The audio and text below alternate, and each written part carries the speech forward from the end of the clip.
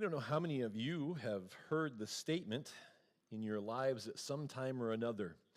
Sticks and stones may break my bones, but words will never hurt me. Anybody get raised with that little sort of nursery rhyme? You know it well. And I can remember as a child hearing those words and being taught those words, and there was a certain sense that they were taught in the context of. And it was that when you face challenges or when things are said, don't let that discourage you, but to help you to go forward. It was about building confidence. It was about building boldness and courage within us to follow that particular advice that was in that little adage that was said. The thing is, though, that as we've grown through life, and I know that I've gone through a bit of life myself, I have found that there are times in which the words actually do hurt more than the broken bones sometimes. There are things that are said that just really seem to cut to the core of who we are. And it can be this place where we just feel very broken just because of words. And it's interesting that we think about this commandment. We've been going through the commandments in particular and talking about worldview and all the things that they pour into it. And this commandment that we get today, the 9th one, simply says, "You shall not bear false witness against your neighbor." And I think one of the things about it that we don't realize in this commandment is tied up in here is that importance of how our words impact other lives, and in particularly how they kind of come across to people, and how they can be either for the purpose of building up or they can be for the purpose of tearing down. And so we're going to look at this particular commandment today, and hopefully in a little bit different light, because we're going to get the broad meaning of it a little bit. So the commandment specifically in Exodus chapter 20, verse 16 says, "You shall not give false testimony against your neighbor." Now, most of us would look at this and we would say, well, there's two parts to that. There's the false testimony part and there's against the neighbor part. In the original Hebrew, there's actually three different parts to this, and I want to look at the three components to start with. The first component to it in the Hebrew is to speak deceitfully. The second component means when giving testimony, and the third component is against our neighbor or about our neighbor. And so if we look at each one of these, there's an interesting little part to each one. The first thing is about speaking deceitfully. Speaking deceitfully or giving false testimony sometimes has to do with how we slant things. Because there is times in which speaking deceitfully means that we have a grain of truth in what we say, but that we're coming at it from a particular perspective that brings a certain falsehood in it. I want to give you an example of this. If you watch any kind of news media at all, you will know that both sides of the political aisle have their own sort of news outlets that they have. And each one of them has a particular slant based on their worldview of the group that they represent. And if you listen to them long enough, you will wonder to yourself, is there truth, or where is the truth in all of the various reporting that we get? And we have a hard time discovering it because of the slant, because sometimes the slant can be very compelling, especially if it's a slant we already agree with. If it's something that we already believe in our hearts, and so we kind of take whatever that slant is and whatever they're telling us about it, and we say, this is how it is, and we take it for the whole truth. The problem is that somewhere in the middle of what is said between the slants is actually where the truth lies, and we have a hard time getting at it because the slant is so compelling. Let me give you one example specifically. So probably 9 months ago, it was a very hot topic about immigration. And you had one side that was giving you the slant that was that everything that was illegal, crossing of the border, was illegal, aliens, all kinds of things, and all of those people just need to be deported. And that was their slant on things. The other side would look at it and say, well, these are all people that are in various circumstances of life that are coming here for a new opportunity, and so they should be welcomed into our doors, and in fact, we should give them all kinds of stuff to show how good a people we are. And you have both of those slants, and probably the truth of the matter is that the reason why people come here lands in about three different categories, all of which that have different perspectives on the various slants. So there are immigrants that are here because they're trafficked here. There are people all around the world that are taken as slaves from their homes, and they are brought to this country. Some of them to do menial work on farms or in restaurants or places like that. Some of them that become sex workers. Those people need a different treatment than some of the other groups. Because then there's another group in the middle that is people that are just simply looking for a way to escape the oppression of their home countries, to be able to find some form of living where they can do something and do meaningful work and be contributors to society and so forth. And they have a different perspective of how their needs fit into this and how we should treat them.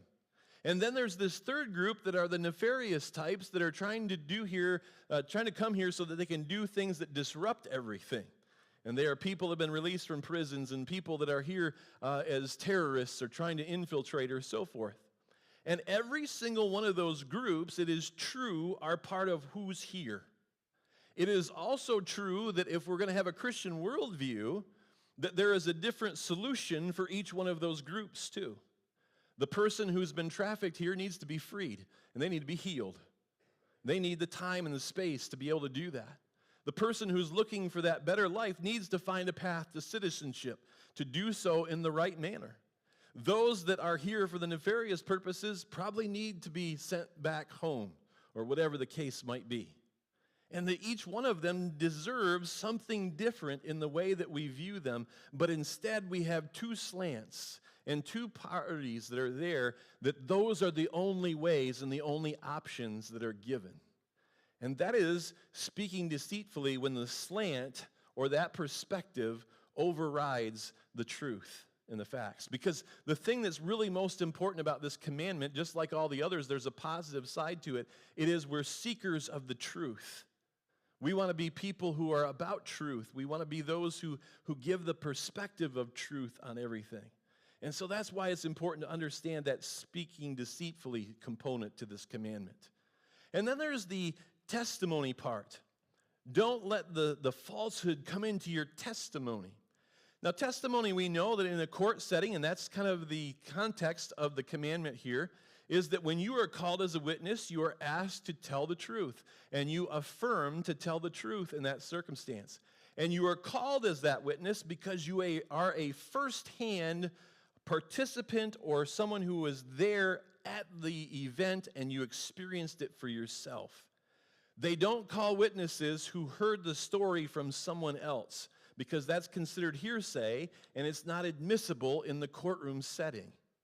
And so it's important that we be those first-hand testifiers, that we are telling the truth about what we saw, what we experienced, or maybe even our own part in what went on. And so we do that with the testimony piece. And then there is about our neighbor or against our neighbor, as it's sung. That's the third piece. And in this one, the question becomes, well, who is the neighbor? And you'll recall that someone came to Jesus, a Pharisee, who came to him and said, well, who is my neighbor? And Jesus tells him the story of the Good Samaritan and how this guy who was a Samaritan helped a person who fell among thieves. And he gets to the end of the story and he says, who was the neighbor to the man who fell among the thieves? And this Pharisee had to admit that it was the person who did the kindness to him, or the Samaritan, the person that he hated, the person that he didn't like. And so Jesus was expanding our understanding of neighbor by saying, your neighbor is whoever you come in contact with. Your neighbor is everybody that's not your family that you have some sort of relationship or interaction with. And so you have to be careful to make sure that the things that you're saying of your neighbor are truthful and honest and really are there about protecting the neighbor, because that becomes one of the first implications of this particular command. And we think of at least 3 of those implications, maybe several others could be added to it. But the first implication is we're told to protect our neighbor's good name. That is something that came out of a commentary as I was reading this week on this particular passage. They said that really this commandment is about protecting the good name of your neighbor. What does that really mean? If you think about what you have tried to build your life around, and all of the character that you've tried to build up, the integrity that you've tried to build up in your life, the things that you were hoping that you would be known for or seen for in your life, those are all things that you have worked hard at. You have been that good citizen, or you've been that good neighbor. You've been the thing that God has called you to be. All of that is contributing to your character and your integrity. And protecting a good neighbor's name is to allow the integrity and the character that they have built over years to stand, to be able to be there as something that is what they still have to hold on to.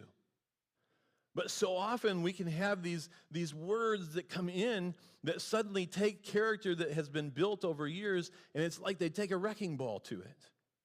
Now, sometimes this happens because of people's bad choices. You have heard, and you don't have to look far in the news to find people who are of great integrity and of great character, and suddenly they made a life choice that didn't make sense with the rest of their life, and it almost destroyed the rest of what they had built. That can happen.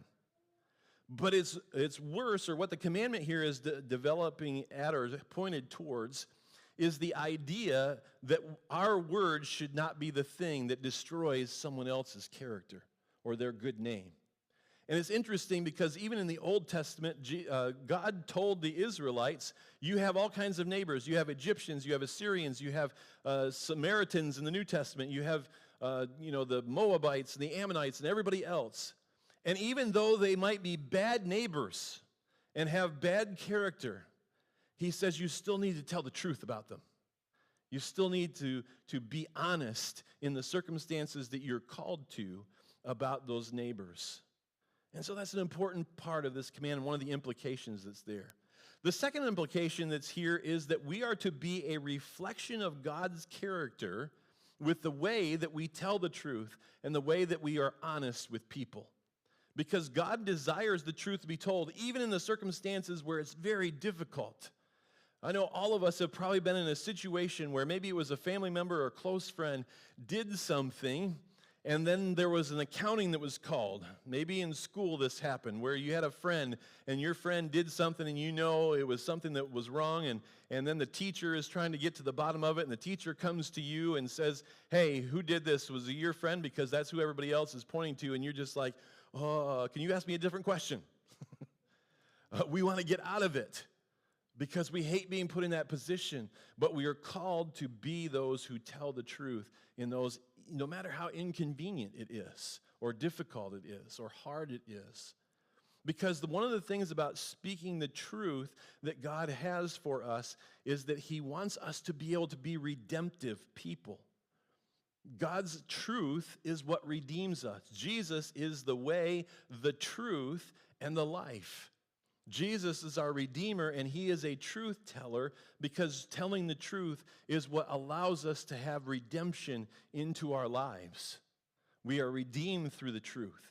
I mean, until we know the truth that we are lost apart from Christ and that we have no hope of eternity in heaven, that's a truth that we have to know and come to terms with at some point in time in our lives. And when we come to terms with that truth, it can then become a redemptive truth in our life that leads us to make the decision to follow Jesus so that we can experience that eternal life. And so God wants us to reflect his character by telling the truth so that we can be redemptive people. And then the third implication that comes from this particular command is the need to avoid gossip and slander. Those are two important things, and it's important to talk about the distinction between the two. Gossip is simply to spread a story, as in hearsay. Slander is to specifically slant it in a deceitful way for the purpose of intentionally damaging someone else. So there's a distinction there. A lot of times we see them in the same list together in Scripture, but they're actually two very distinct things. And so how are we to avoid these things? What is the big part? Well, that middle component that we talked about earlier of our testimony. It is important to understand that unless we are a firsthand witness or experience something firsthand, anything that we would repeat, no matter how true it is, becomes gossip. That becomes the place where we are just simply going off of hearsay. And the reason why this is damaging or difficult is that God knows something that we learned a long time ago when we played this game called telephone. That if you put people in a line and you give them a statement, and the first person repeats it to the second one and the third one and so forth, by the time it gets to the end of the line, it doesn't sound anything like it did at the first part of the line. And even though you might be telling something secondhand that you've heard firsthand, and it may be all true, there may be a complete truth to it, and you go and you use it with this hearsay, you're going on what somebody else said who was the witness that was there firsthand. By the time it gets to the third person from you, it may not be exactly what it was firsthand. And it falls into that category of falsehood. And so it's important that we understand that relationship with gossip and the way that we use our words in particular. Slander is much more devious because it is desiring to make someone look bad. It is desiring to take away their character. It's not protecting their good name. It's actually going after it. And so we have these different things out there that happen, and I think you see the biggest example of this in all kinds of media, particularly even sports media. How many of you watch games during the middle of a season and something will happen on the court or on the field or wherever that the camera happens to catch? And when the camera happens to catch it, all of the commentators there start saying, ooh, there must be trouble brewing. There must be all kinds of things going on there. And then they'll have a press conference after the game, and the coach, the player, or whoever's involved will just kind of make these vague statements and say, we keep our issues in-house. Well, what the reporters do, because they love to sell stories and all of these kind of things, is they sit in their back room going, I think there was really something going on here. We need to get to the bottom of this. We need to figure out, because there's a story here. And they might even come and they might make up their own story. Wouldn't it be cool if this person got traded to this team? Let's go out there and find somebody who will say that. We'll call them an unnamed source, and then we'll spread it around town. And before you know it, there's a team that's been completely damaged and torn apart, and everything goes awry for the rest of the season, all because somebody decided that they would make up a story based on something they saw for a few seconds on a camera. That's the danger of slander. That's how difficult slander can be in the lives of people.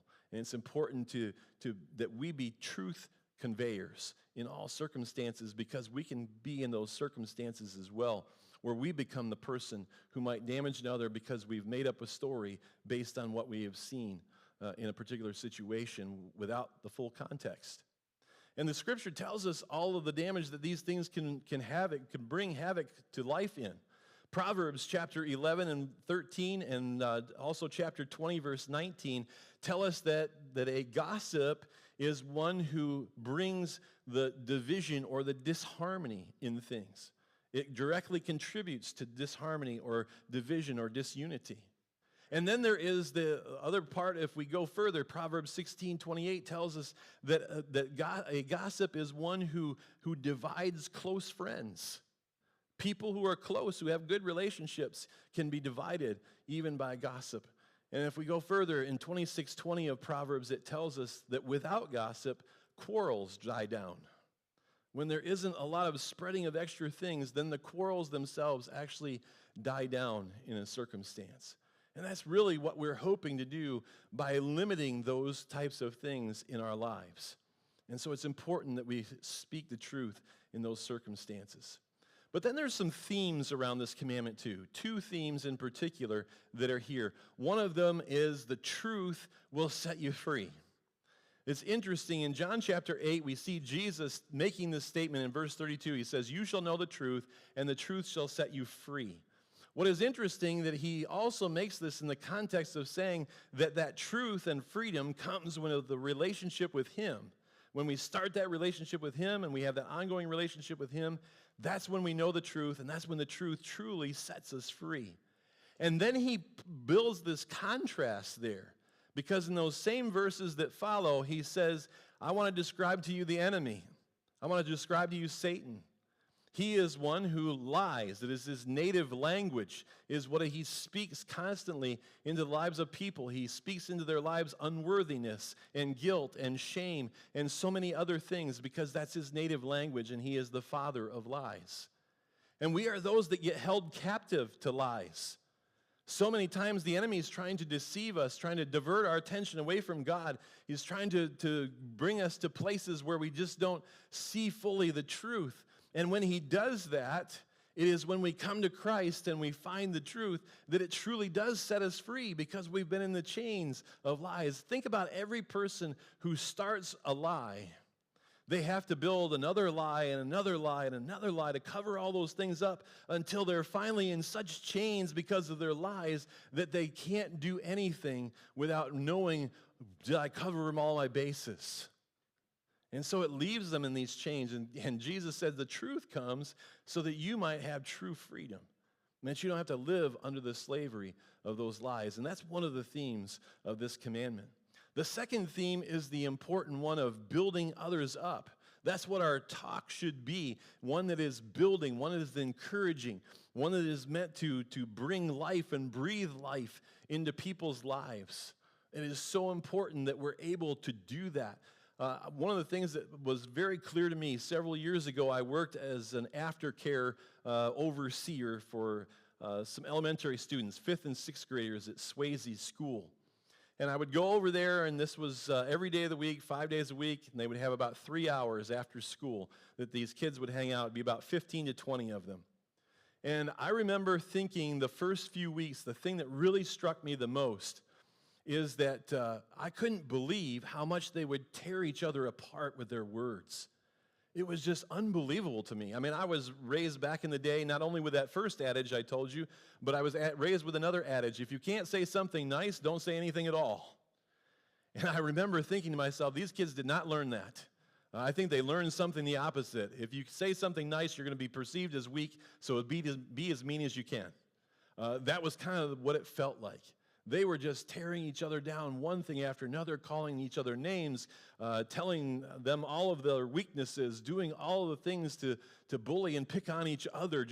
It was unbelievable how much it went to. And it finally got to the point, this eruption point for me at least, I said, I got to figure out a way to help bring a lesson or teach something to these kids. And so one day I just called them in and says, we're all just sit here in this classroom for a little bit before we go out and do the fun things that we like to do.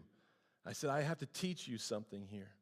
And it was kind of inspired a little bit by watching the movie Gifted Hands by about the life of Ben Carson and some of the things that he went through to get to where he was.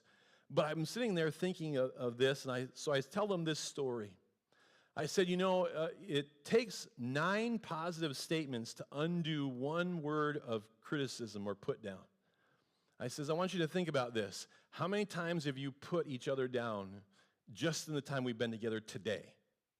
And I'm thinking to myself, this is 3 hours after school. There's 6 hours of school that they've already been doing this all day long. If I was a kid in that circumstance going home every day, I think I would be crushed. And I don't know if I could survive with all the put downs they had. I said, just imagine this. If you never hear an affirmative word, never hear anything that encourages you, and all you hear is the negative stuff, and pretty soon you're going to start to believe that stuff. I want you to think that in this classroom, there are kids that have all kinds of talents and gifts, and I had them list a whole bunch of them. Some kids would be good in math, some would be good in science, some are good in English, so on and so forth. They did all those different things.